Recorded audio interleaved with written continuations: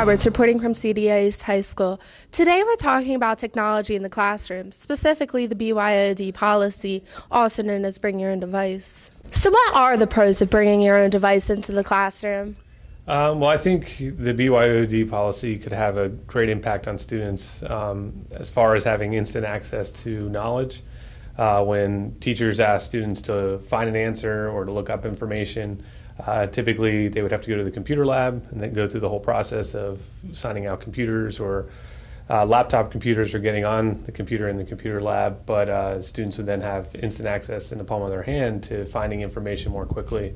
I know I'm a former English teacher, so we did a lot of stuff with using dictionaries and stuff in the classroom. Obviously, we wouldn't need to be using that anymore, and students could be using their personal devices to find information. I think the BYOD policy should be allowed because it would be easier for us and the teachers, because then we wouldn't have to get so many new electronics for the school, that we could just use our own, and we would have the capability to just look up information and work on our information with our phones and devices.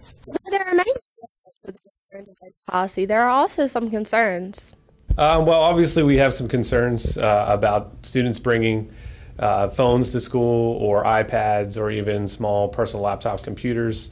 As we know, we do have some issues with thefts and students picking up other students' cell phones, whether it's by accident or on purpose. So we'll need to obviously look further into that, make sure that we do have a plan in place.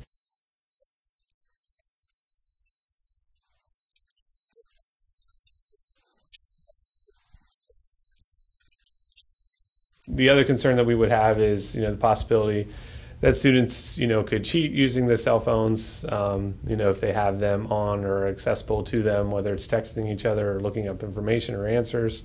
A phone obviously is a lot smaller than a textbook, so it would be easier to cheat and stuff like that. The other concerns obviously would be students getting on the internet at inappropriate times, or just looking at inappropriate things on the internet when they're supposed to be looking at something else. So students have a cell phone on them and it's on at all times.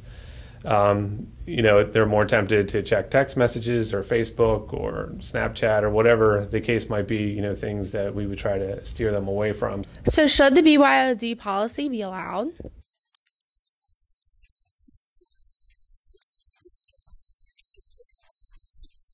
In spite of the concerns, I think it would be better to have our own devices here.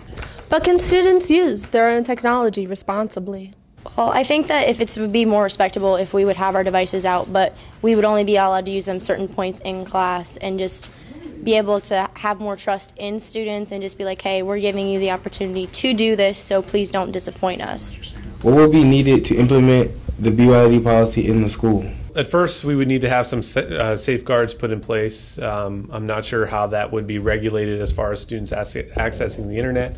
If it's through a student's personal cell phone provider, I don't know that there's much that we can do to limit access to certain websites, but that would certainly need to be looked into. I feel like the bring your own device thing, if you bring your own device, there's more chances to abuse it, but if you have a school-issued one, like an iPad, which has to have Wi-Fi, it can't have its own plan, then it would be safer, more secure, and you wouldn't be able to abuse it as much. I would suggest that we form some type of committee of students and teachers, maybe parents, to make sure that we roll this out in the best way possible so that everybody has input into the process. And obviously we need to establish some type of rules for students so it's clear that this policy is now in place. However, X, Y, and Z are still prohibited. You're not allowed to be doing this. So those are some things that we need to think about, and we need to put in place a plan before this gets put into action. We've heard both sides and can see there are both pros and cons to implementing a BYOD policy in the school.